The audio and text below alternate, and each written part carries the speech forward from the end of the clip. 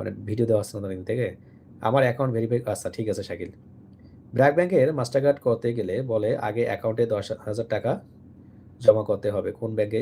বর্তমানে ব্র্যাক ব্যাংকে করবে না, আমাকে করতে বলছেন, আমি করি নাই।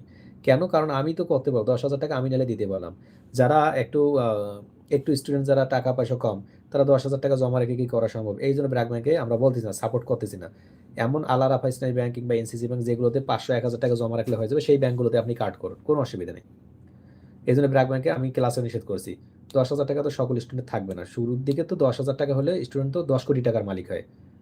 তো এই জন্য তাদেরকে আমরা রেকমেন্ড করি না।